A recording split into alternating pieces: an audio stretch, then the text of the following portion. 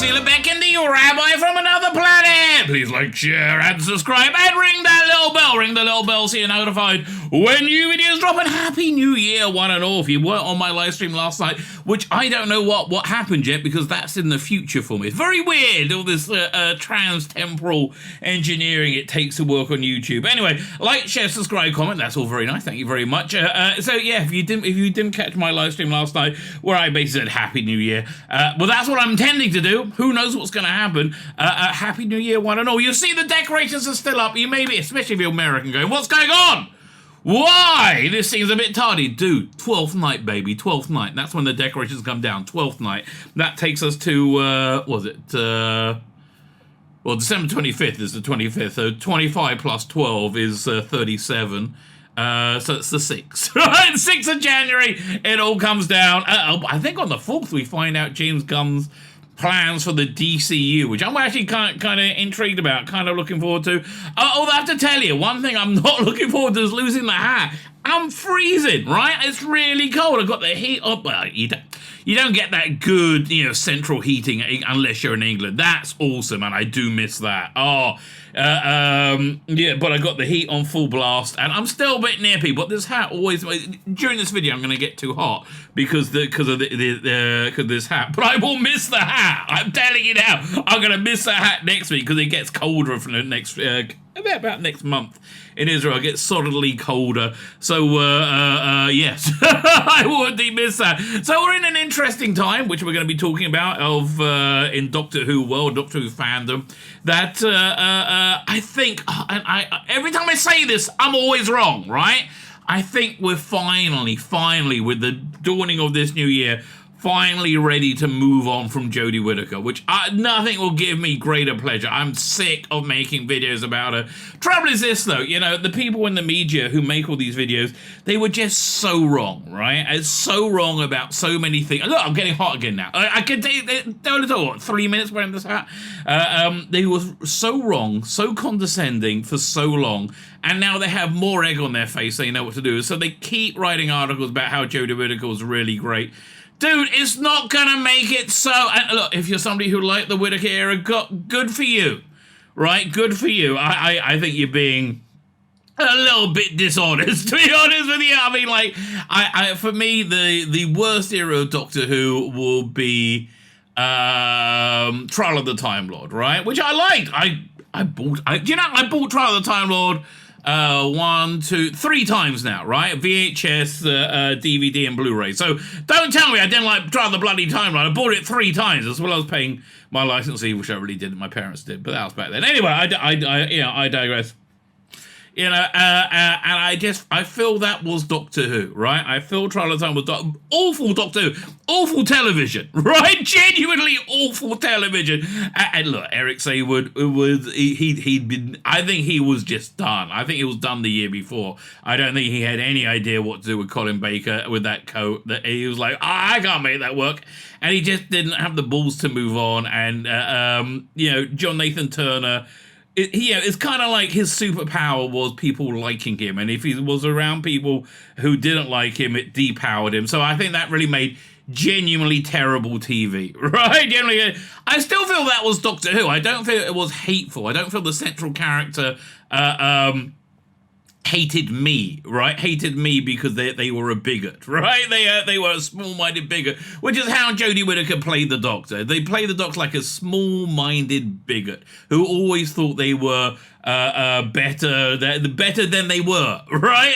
It was a weird choice, but it didn't really work. So they keep pumping out articles about it. Now, I think the reason the media so was in the bag for them is because they're not very clever and they don't really understand Doctor Who, right? The reason they were so supportive of Jodie Whittaker, it was an agenda, right? You remember they said, I don't see an agenda, it's just big. No, of course it was agenda. Casting a woman as Doctor Who was absolutely an agenda. Sadly, it failed, right? Honestly, I'm happy when everything works, but, it's always the way, right? Whenever you do you focus on a character's identity for no particular reason other than to the narcissism of the creators, which is what I think Jodie Whittaker's casting was. They don't go any further than that normally, right? They don't go any further than that. So anyway, so I'm hoping the Whittaker era is in, but I'm always wrong. Like the minute I publish this video, right, the same microsecond I publish this damn video, there's gonna be some more outrageous articles, and I just don't think they should go, unchallenged. I think that is bad for all of us because, look, Israel made a mistake. And I think the Western world also made a mistake. Israel's mistake was in the mid to late 80s. The people like Hamas and the Hezbollah, people who want to kill all Jews, right? They started doing something called lying. They lied about Jews. They lied about Israel a lot, right? Very, very obvious lies. Things like Jewish soldiers would go and harvest organs from Palestinians. And to this day, right? These lies persist. They're called blood libels. It's something that's been with Jews for the last couple of thousand years, right? To this day, people think that Jewish soldiers walk around Palestinian towns and just shoot children, right? They really totally believe that. So because these lies were so incredibly ridiculous and egregious, the Israeli government made a massive mistake and didn't counter them, right? They didn't go, no, that's nonsense. No. And they just, because they thought they were so obviously lies, nobody would be taken in by them.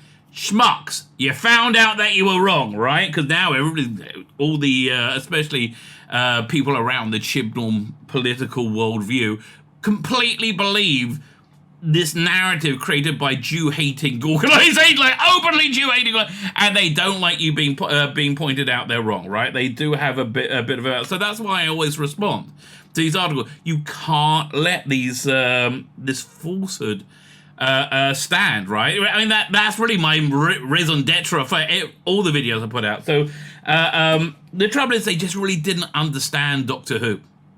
And it was very much an agenda item. So now that Whittaker's gone and they're all kind of cavelling, they're all excited about the Rusty Davies era, they equally still don't understand Doctor Who, right? And it's so kind of painful. But I'm gonna tell you why I actually have a lot of hope about Rusty Davies era, and I know there's a lot of you out there who really, really doesn't. It's fine. Listen. It might not be for you. You might not like it, right? I might not like it. We'll find out in 11 months. I think I probably will. I mean, listen, I'm going in with the best will in the world and wanting to like it. But that's exactly the way I went into Whittaker's Doctor Who, right? So if it is as awful as the Whittaker Doctor Who, which I thought was just, as well as being lecturing and all these things that are like annoying and bringing in the absolute worst elements of humanity into fandom, which they absolutely were, right? They're awful people. We just have to push back against those sort of things, right? We just have to push back. Fine. Before we get into it, I've just looked at the time and realized we've gone on for 10 minutes. I haven't even started. So that's not good. That's not good. Before we get into it, like, share. We kind of have got into it a little bit. Like, share, subscribe, comment. All those things are very, very good. Thank you very much. I am very grateful. I just broke 3,600 subscribers. So thank you very much for subscribing. That means there's probably about 3,500 of you out there who haven't subscribed. If you can consider doing that, that does make my life better, right? That does actually make my life a lot better. So if you could do that, that's very, very nice. Sign up my Substack, my email newsletter. Sign up my paid Substack, my paid email newsletter. Sign up, follow me on Instagram, follow me on Twitter. All in the video notes, and all will make your life a lot better, right? A lot better. I had somebody recently sign up to my paid Substack. He sent me a message saying, "Tzvi, I've had a raging erection for the last 7 hours." Now, some people may see that as a detriment. Me, I could probably go with it. I think I'll be fine. Results may vary, obviously. Like, share, subscribe. All those things are very, very, very good. Also very, very, very, very good is Rusty Davies. Now, there's a lot of conflicting evidence going on about what this new era will be. Now, the truth is we're going to find out in 11 months. Right, hopefully, maybe around there, maybe a little less, maybe not. I'm not sure it's going to be a debut on November 23rd, but who knows? We have no idea, right? So, yeah, I'm very, very optimistic. But there's a lot of evidence out there which gives people pause and makes them worry. Yasmin Finn is Jasmine, or Yasmin Finn's casting being one. Now, that could be a sign that it's going to continue the same lecturing, identity politics type of thing that, devoid of fun, story, character, of all the things you kind of like in entertainment. That's fair. Yeah, listen, it's really very rarely an indication that things are going to go well, right? So there's that. Also being Disney Plus. Disney is a disaster, right? Disney is the killer of worlds, right? They're just absolutely awful. And the reason I think they're absolutely awful, right, is because I recently watched this video of people coming out of a underage drag show, which I think is a disgraceful thing. I don't think anyone in drag should be dragged off to a concentration camp. No, but I think I think the idea of public decency is a good thing, right? If we have a level of morality that we adhere to as a society, it's probably a good thing. And I think it's somewhat immoral to have very, very sexually charged material being presented to children with the intent of normalizing it to children. So somebody was asking these people, as these parents coming out, and they said, "Do you think this is appropriate for children?" And it, from my mind, for being a father of several children, all of them, I think I've done pretty well in life. I think no, I think it's deeply inappropriate, right? But the mothers would say something very interesting, and more than one would say, listen, they see the worst on Disney every day. Yes, we know, right? That doesn't make drag shows for kids good. That makes Disney bad, right? So Disney is a very bad sign, right? And in general, I think Disney has an evil outlook in the world, right? I think it hates family. I think it hates, especially the nuclear family. I think it hates parenting, and all the basic things. Everything that is Judeo-Christian values, they hate all of it, right? They absolutely hate all of it. The idea of you pretty much have two genders. That gender isn't a spectrum. They love that, right? They love that. They hate family, right? And basically, if you look at the world, I think that is the fault line with which we have this cultural war going on. It's if you like Judeo-Christian values as represented in biblical values, if you're okay with them, right? In general, not like and I'm not saying you have to know it to the nth degree. Just like generally speaking, do you think love and marriage is a good thing? Do you think fidelity is a good thing, right? And those who really think they're terrible things, right? So. This is the really. I saw this a couple of days ago. Russell Davies put this out on Instagram, and it's the reason that I am very optimistic about this era of Doctor Who. Now, this is Russell Davies at Christmas, right? And you see a bunch of stuff going on all at once. You see, firstly, he's not in a giant Hollywood mansion, right? This is not a ridiculously opulent. Lifestyle he's living. He looks like he's in a regular, a nice house. Don't get me wrong, but a regular house, and he's having Christmas dinner. But here's the thing: you see, he's surrounded by family, and if you watch Russell Davies' work, as I have done a lot of, right, pretty much everything is about the interpersonal connections that make up family, right? That loving bond, and I think he understands that, and I think that is the absolute opposite to the way Disney views the world. So what I think is going on, and this is me being very optimistic, I agree with you, okay, that you naysayers out there, this is me being very optimistic, but I think I think Russell Davies has been able to pitch something that fits all the sick, evil Disney values, right? So on paper, it looks like the sick, evil Disney values are completely on board with it. But those sick, evil Disney values I think have made everything Disney has done absolutely implode, right? I mean, there's been so many woke disasters of 2022. Although, Disney weren't on their own. Amazon really did their best, and Netflix really did their best to try and add in a few woke disasters, embarrassing woke disasters. But they woke, oh God, I've always got, this is why dealing with Jodie Whittaker fans is so exhausting, right? Because you've always got to define all your terms. Because they go, woke's just a silly name, doesn't mean anything. Yes, it does. Yes, it does. In terms of media, it means using something with an existent successful fan base to platform ideology upon it. Normally, several forms of ideology, things that everybody agrees with, that black people are people too, women should be treated with respect, everything that any sane person agrees on, right? And also lots of things that maybe are not so universally accepted, like women having penises and men having babies, right? Man, I saw a really weird thing. I saw I think it was on Libs of TikTok. I can't remember. I saw this trans woman, which means they were biologically male, right? Having period pains, and I'm like, this doesn't sound like mental wellness to me, right? This just doesn't sound like what people who are mentally well sound like to me, right? So this is why I'm very, very, very optimistic about Russell D. Davis's take on Doctor Who, because I think he's a decent and good human being. Right? That's really the bottom line. I think he's totally on board with the LGBTQ plus agenda, alliance, outlook.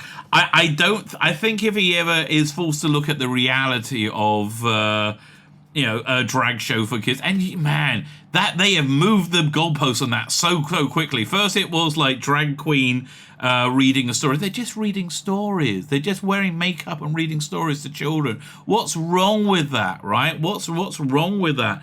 And then it's like, no, they're just dancing. Children like to dance. They're just dancing with children. And now they're jiggling, their fake breasts and they're showing off their private parts to children. And that's just what happens. So normally what happens is when these things go down, the response from people like Russell Davis, who I, again, genuinely believe is a good, decent human being, right? Genuinely. The response is normally, no, that's not happening. That's a Fox News smear. That's a conspiracy theory. And then when they find out it is true, which takes about 10 minutes, they go, well, it's a good thing, right? It's a good thing. I think, I think push is going to come to shove. I think this year, decent human beings are going to be forced to choose. What do they want? Do they want the this agenda-like control, or do they want which is going to destroy their world or not? And I think people like Russell Davis are going to be forced to make their choice. But anyway, so this is essentially why I'm optimistic about his... Also, I don't think he can write bad TV. Will it have what I call woke things in it? Probably, right? Probably. I don't really mind, somebody writing from an ideological point of view, which I don't share. I normally find that quite interesting. But I don't think I don't think it's going to be using Doctor Who as a platform. So you go, oh, but what about Disney Plus? What about Yasmin Finney? I don't know. I mean, again, the argument from the LGBTQ alliance is, that why would anybody want trans erasure, right? And that's a fair argument. I just think we should have some levels of public decency. If you're a trans person, that's fine. I just don't think we should have highly sexualized anything, in a public forum, right? That's basically what consenting adults do in private. It's fine. We all agree it's fine, right? But I just don't think. I think there should be public decency. Yeah, bottom line. And I do think people like Russell Davis will as well. So because it just seems to me that it's moving so quickly that we're getting to points where everybody's going like, no, this is wrong. Right, and I think that's where we're coming to in 2023, but also in 2023, I think we're coming to some good Doctor Who. So anyway, let's look at the Shill media trying to understand Rosny Davis Doctor Who, and I don't think doing a very good job. But although I haven't read these articles yet, but we will be liberally taking the piss. So firstly, yes, we had the new that trailer drop on Christmas Day. Again, Russell, you're freaking awesome, mate. I mean, really, there's no opposition on the RTD awesome switch. And I know I sound like I'm sucking his dick at this point. You know, like, I mean, not literally. I think that'd be right. Sound, but more it's figuratively. But yeah, I just tell you what I think, mate. I'm often wrong, okay? Just because I say it with conviction doesn't mean I'm right. It just means I very much believe I'm right, okay? Which is fine. Oh God. It's like teaching basic thought to morons. It's not. I mean, cause, not you. I'm talking about the hate watching weirdos, obviously. Okay, Doctor Who Centenary Special was introducing Beep the Meep, and I keep saying Meet the Beep by mistake. Somebody pulled me up on the comments, and they're right. Okay, but I'm always going to forget it. The show's answer to Baby Yoda. Now, is it really? Here's the question: is it? It could be, right? I mean, I would be surprised if there aren't lots of Meet the Beep. Beep. See, I got it wrong already. Beep the Meeps toys come next Christmas, right? It does seem to be have quite a canny marketing edge to it, which I think is the same is true about Yasmin Finney's casting, right? I think Rusty Davis watched her on whatever that show is, Heartstoppers. I have no idea, okay? And he went, ooh, what a hoot. I think I can write something for them up. Let's make them Donna Noble's daughter. Fine, right? Five. Yeah, so is Beep the Meep we're gonna say a shallow marketing ploy, which I think Baby Yoda might well have been a bit, right? I think Baby Yoda was like, how the hell do we get Star Wars out of the doldrums? Well, it worked. It really worked for Star Wars, and then they went right back in the doldrums because Kathleen Kennedy was still there. I think tugging at the heartstrings might not be a bad thing, and I also think Beep the Meep is not quite as warm and friendly as Baby Yoda, right? But and I don't think it's going to get to people's heartstrings the same way Baby Yoda did. But I think it's actually a story, right? Which again, it's a win-win, right? It's a story which can also be marketed, which also has great commercial appeal, which I think was probably the idea behind the turgid Pating. Remember the Pating? They were awful. We only saw one, right? I think that was the idea behind that. That was a Jodie Whittaker monster, which was kind of like Lilo from Lilo and Stitch and ate a spaceship. It was stupid. Don't bother. It was awful. Doctor Who Centenary Special will introduce viewers to Beep the Meep. Well, I already been introduced, darling. A hilarious answer to Baby Yoda. Really? I don't know. Why is everything like something else? Why can't it be like its own thing, right? Why does it have to be like something else? But again, this is Shill Media trying to understand Rusty Davis and Doctor Who, neither of which I think they can, right? There we go. The Mandalorian Season 1 released alongside the launch of Disney Plus, and one particular element immediately went viral. The first episode introduced characters to the Lucasfilm introduce viewers to a character Lucasfilm called the Child, but who simply became known as Baby Yoda. Yes, it was organically very good. My assumption is it just went under the radar of Kathleen Kennedy because I think she's basically just very incompetent, right? Just looking at the work she put out, I think incompetent is the easiest way of describing Kathleen Kennedy. The delightful diminutive alien was a hit, although ironically Disney came to regret the lack of prior marketing. That's a sign they had no idea what they had on the hand. There have been estimates that House of Mouse missed out on millions of dollars of the initial marketing opportunities. Well, 2022, the properties, the properties in Hollywood lost $500 billion. Right, that's how badly it went down. $500 billion. Woke disasters, one and all.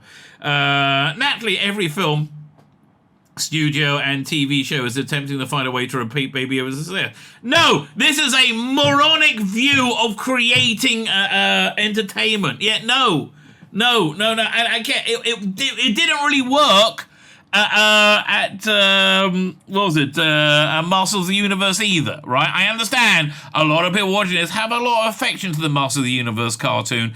It wasn't very good, okay? It's just you watched it at the right time of your life. It's fine, but that's okay. Also, Tila, which one was it? Which one was super hot? It was like the Tila. No, I preferred Evil Lyn. that gives you a little insight into my my psyche. But yeah, no. This isn't a moronic. What's the word? TV show written by software, which would probably actually not be bad now I've seen the AI art. This is a story, right? And it was a good story when who was it? Pat Mills wrote it? And it's still a good story now.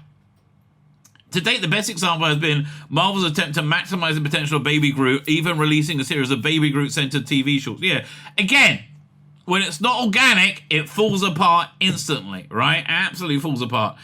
Even Doctor Who making an attempt with recent Centenary special trailer, giving the first look. There wasn't a Centenary special, you moron. 60th anniversary special. Man, they want to blur those lines, don't they? Right? Or Beep the Meep. Actually, an established character from tie-in comics and audio dramas, well, mostly comics. Beep the Meep is finally making his live-action debut. Ironically, in the specials that will be distributed internationally by Disney+. I don't think it was that much irony, right? And listen, I want to be absolutely clear. This looks awesome to me, right? This looks awesome. I can't wait to see when he pulls out a gun and becomes evil, which is what, Beep the Meep, Meep the Beep, whoever it is. Beep the Meep, right? It's famous for doing, right? I can't wait to see when he turns out to be evil. And I do like the idea behind that as well, because, you don't judge a book by its cover. Again, I can see me wanting one of these, right? Beat the Meep only appears in the brief shot, but is undeniably the same cuteness factor that the central character in the comics. It looks as though the upcoming... No, why you keep saying Centenary Special, you blithering moron, right? I don't understand. You think you just say it over and over again, it's all gonna work out great, right? It's just gonna become the Centenary Special. No, it's not the Centenary Special. It's the 60th Anniversary Special. The Centenary Special was... I don't want to call it a piece of shit because it was... Because I don't want to say it's the same level of awfulness as like season 11 and 12, which was really awful. But it wasn't good. Honestly, I would say Doctor Who Flux, other than the awful casting of Jodie Whittaker and a terrible central performance. So Doctor Who Flux and the specials were the same level of quality there as season the Nanda of Doctor Who I call season 22, right? I want to say they're about the same, right? About the same, other than the horrendous casting of Jodie Whittaker and a terrible performance. Season 23, I should say. Beat the Meep only appears in looks like the comic Centenary Special will be adapted from the comic book story Doctor Who and the Star Beast, in which the Doctor stumbled upon a cute alien creature on the run from the fierce Wraith Warriors. Let's actually look a lot better, their realization than they do Beat the Meep, right? The trailer includes a shot of the Wraith Warriors as well as Beat the Meep. There's even their spaceship is recognizable from the comic book adventure. Yes, that's something I was really quite taken aback by. I was surprised they went to that level of detail. But Doctor Who, stop calling it Centenary Special, you idiot! 60th anniversary. New creatures are far more than simply a rinse and repeat of Baby Yoda. So why did you spend how many paragraphs saying they were? 1, 2, 3. What? Yeah, why?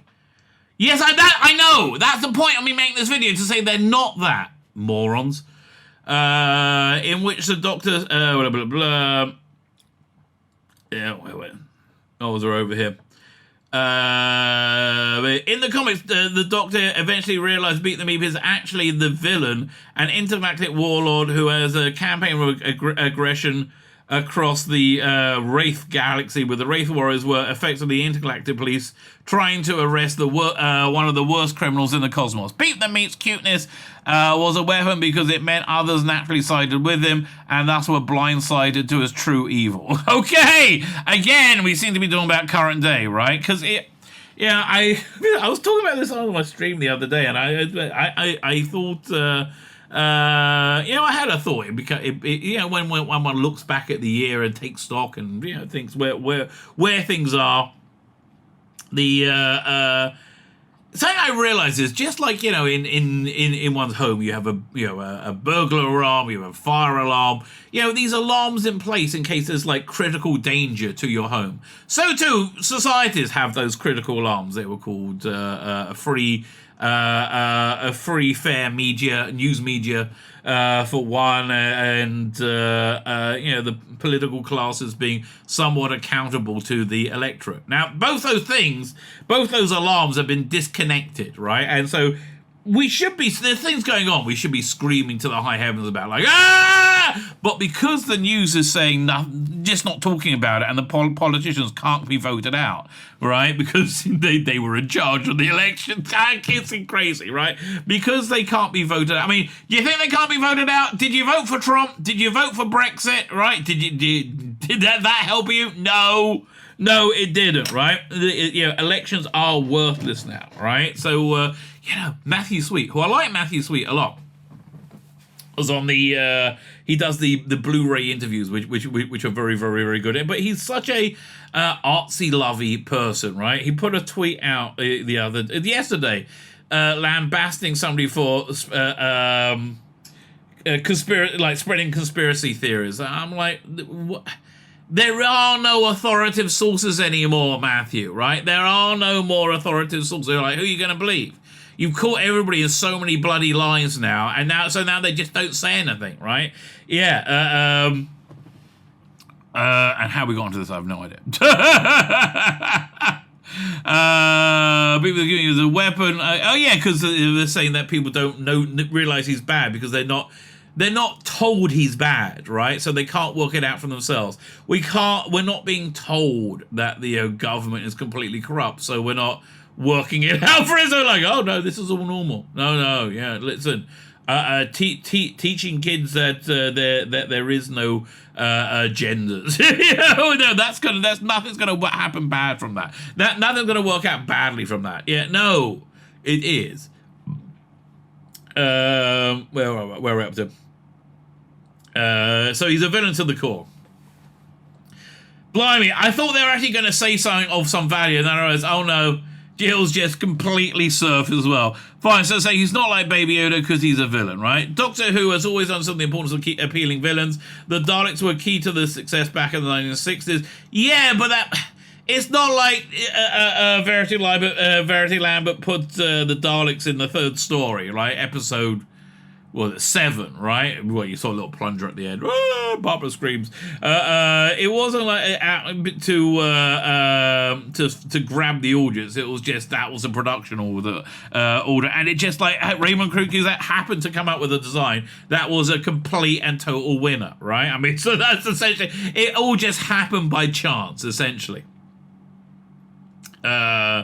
So yeah, but they were key to the success. Their introduction in 1963 led to the phenomenon of Dalek mania. School children of Dalek called out exterminate at one another. No doubt returning showrunner Rusty Davis has noted the popularity of characters like Baby Yoda or Baby Groot and decided to subvert the trend by turning the cuteness of...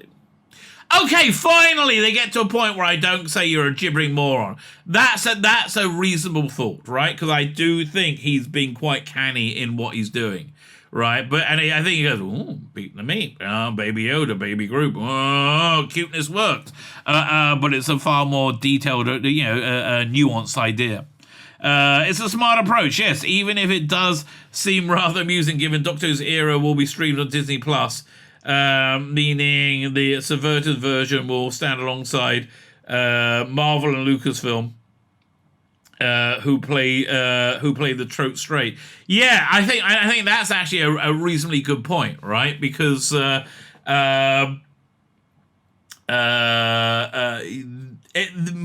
and Star Wars, they're completely failing, right? They're completely failing.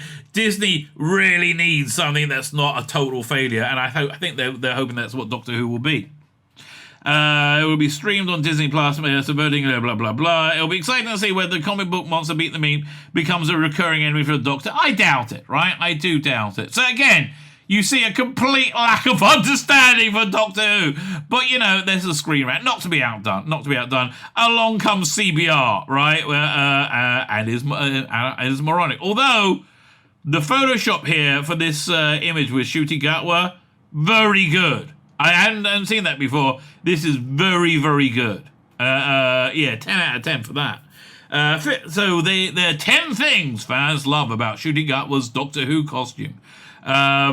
Listen, when I saw it, I went, it's okay. I'm not like, when I saw Capaldi, I was like, wow. Yeah, that red interior to the jacket. If only his first season was as good as that costume, right? But when I first saw Capaldi's, I was like, wow, this is like, it's okay. It's not as awful as the on the nose as Jodie Whittaker's idiot costume, right? It's okay. More than that, I mean, like, and I hope he's going to be good in it. And apparently the jacket and the pants are both and the sweater are all designed for women. They're all like women's clothing, so I don't know, but it seemed okay, right? That's really the best I can say, right? I wasn't like, whoa, right? It seemed okay. It's more important what he's going to be doing in it. I get the feeling that Ncuti is very charismatic, right? Every time I see him on screen, he seems to be very charismatic, and I like him a lot. That might be just me projecting, but I do like him a lot. But let's see what this babbling nonsense is going to be, right? Let's see what they're going to say. The 10 things fans love about the costume. I'm not going to read the intro. Blah, blah, blah, blah, blah. I'm a moron. Blah, blah, blah, blah, blah, blah, blah. Gatwa is inspired casting and a choice from a very fashionable actor. Well, he became very fashionable through this casting. It's not like that didn't help him. Thus, after the costume speculation that was revealed in December, that Ncuti will sport a plaid outfit, a long plaid coat over an orange jumper, it must be somebody from England, plaid trousers, light brogue-style boots. I think the boots are men's. While the costume will be sure to evolve, it's a great starting point. Fans quickly took to the web to share details they spotted that give the costume character. Now, again, I'm reasonably sure everything this person's about to say is going to be ridiculous. Fans love the Doctor in plaid. No, not right. I mean, like, yeah, okay, you got the check trousers and Patrick Troughton and Sylvester McCoy echoed that. Okay, each Doctor has a key feature or distinguishing item, be it a scarf, a bow tie, Converse shoes, and Ncuti defining features seems to be the plaid, the plaid pattern that dominates both his coat and trousers. It seems to be throwback to collect. Not at all. For God's sake, it's just such again. This is so dumb, right? Second door Patrick Troughton spot. Check trousers we used to call it, not plaid. As did the Seventh Doctor, echoing the second, moron. With McCoy, Capaldi, and they're all echoing the Second Doctor, right? Orange seems to be a standout colour. Well, actually, that colour is the one that kind of didn't really work for me, quite frankly, right? That if I have a reservation, it's a colour. And I like orange, don't get me wrong, but it all depends what he does in it, right? It seems a bit orange, right? A bit orange. It's kind of like when you saw the Fourth Doctor's burgundy outfit, right? It's a bit burgundy, right? As much as fun love the classic nature of the plaid design, the costume also has one foot firmly in the present. It feels very, very present, right? Ncuti seems to be sporting a very youthful and vibrant orange jumper. Again, a woman's clothes that seems designed to ride up with wear, sir, and show off his abs. Each Doctor has a colour scheme. No, they don't! And orange looks to be the fitting. What's Capaldi's colour scheme? White and black. You had tweed with. No, that's just dumb. It's wrong. You've never seen this show before, you blithering idiot. Aside from slight touches here and there, orange is not a colour usually associated with the Doctor. Therefore, it's exciting to see a whole new colour scheme for the Time Lord. I mean, actually, I do agree with, right? I still feel it's like pushing Doctor Who forward somewhere. It feels like it's modern, all right? And for me, Doctor Who really needs to be modern, right? The strong shade also indicates to be a more colourful and snazzy version of the character the fans have seen for a while too. I'm just hoping there's going to be lots of different coloured versions of this outfit. That I think will be really cool. Right, he's got a red one, he's got an orange one, he's got a blue one. I think that'll be kind of fun. Right. There we go. Number 8. Different vibe to 9, but the same style. How? What? He's wearing a jumper.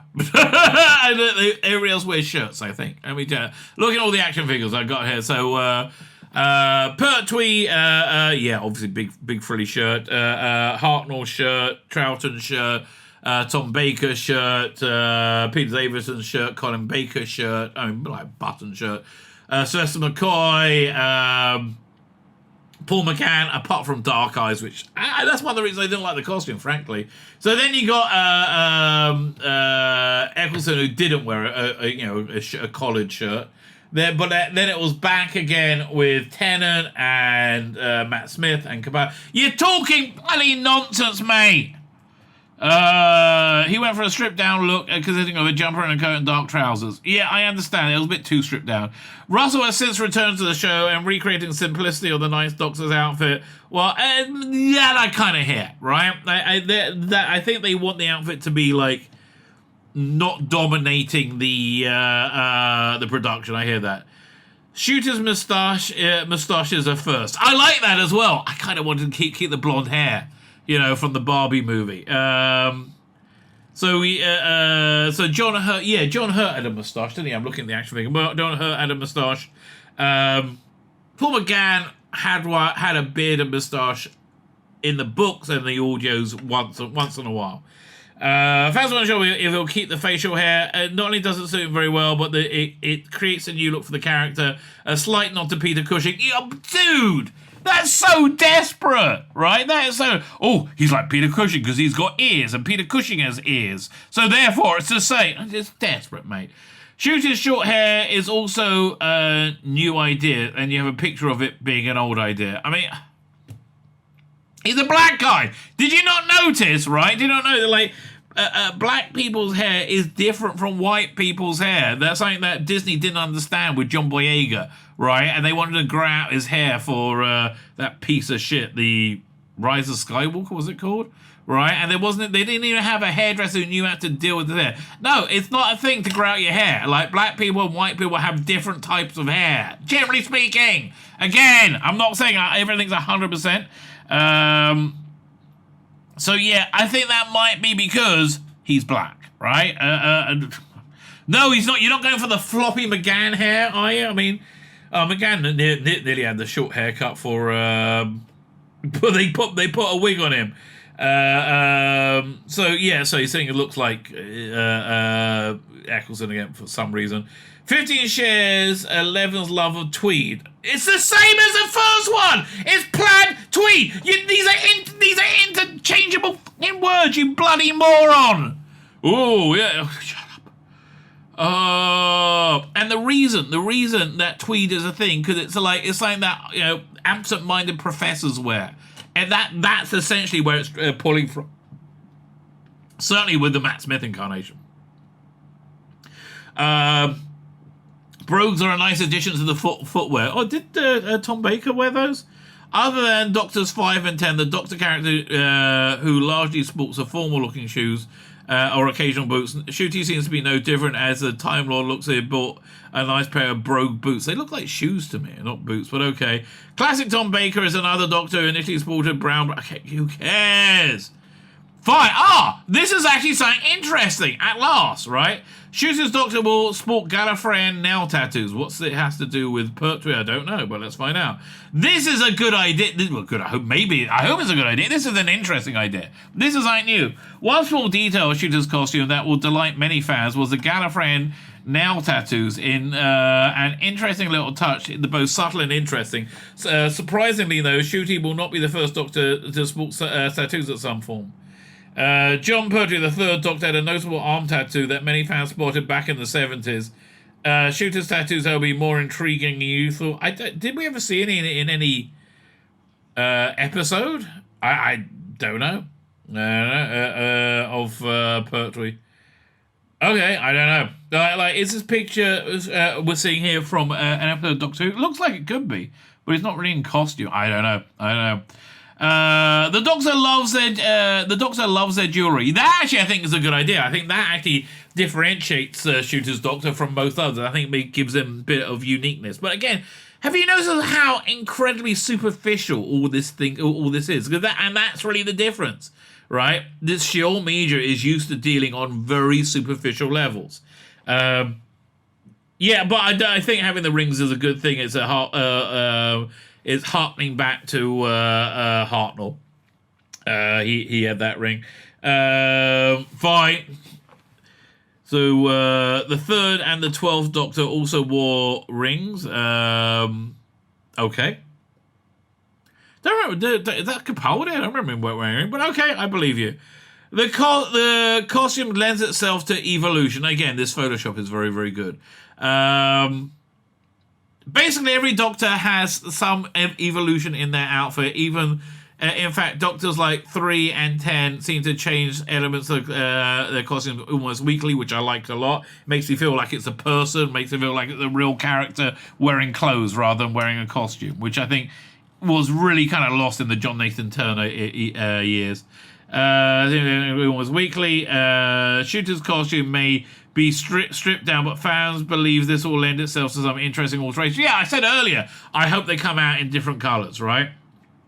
Viewers are hopeful that Shooter will stay in the role for years to come.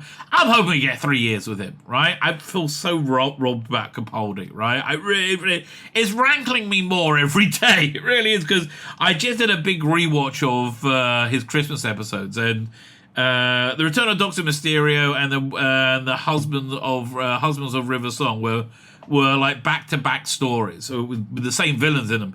But at the end of Doctor Mysterio, which wasn't a great story, it was Capaldi getting his groove back, right? He getting his after losing River Song, living with her for like 30 years or whatever it was, then losing River Song, and the final thing was he was like pushing the TARDIS console, controls to go places new, and like for me, I think that felt to me like he was somewhere around in his lifespan around season 15, season 16, Tom Baker, right? So like somewhere around there, like over halfway through, but like maybe 2/3 of the way through his life. But there seemed to be, he was like ready to go, and then the next time we see him, he's retired, and it's the end of his life. We seem to miss out minimally 2 seasons.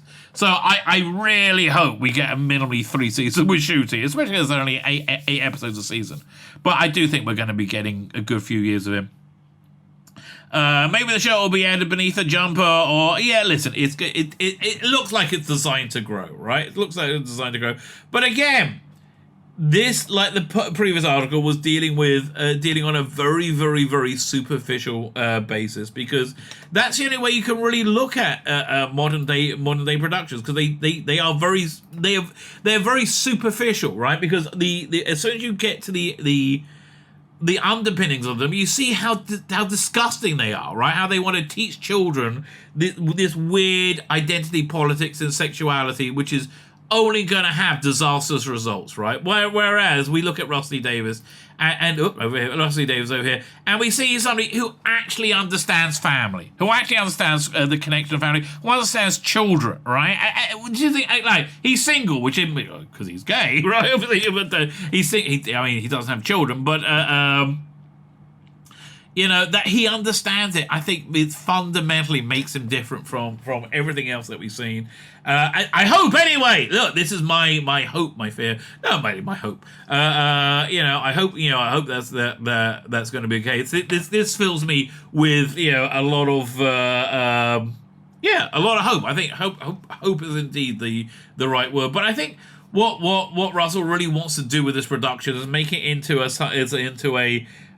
hub to train new writers, right? Because he looks at the day and sees how absolutely garbage it is, how unprofessional it is. So I think he wants to create a hub for creating new talent. I hope that his understanding of family carries through, and I think that is the thing that will make it the difference between this and everything else that Disney is doing, because they hate family and everything else Disney is doing, right? So I do hope this is going to make the big difference. But again, people are used to dealing with things on a superficial basis. Maybe in the same way he's going to train he's going to train new writers to actually write. He'll be able to train entertainment media to actually be somewhat, somewhat nuanced, and to think somewhat. Maybe, who knows or dares to dream? It's something to hope for 2023. Who knows or dares to dream what this year will bring? I guess we'll find out over the next 12 months. My name's Tzvi Lebetkin, the Rabbi from another planet. Please like, share, and subscribe, and ring that little bell. Ring the little bell so you're notified when new videos drop.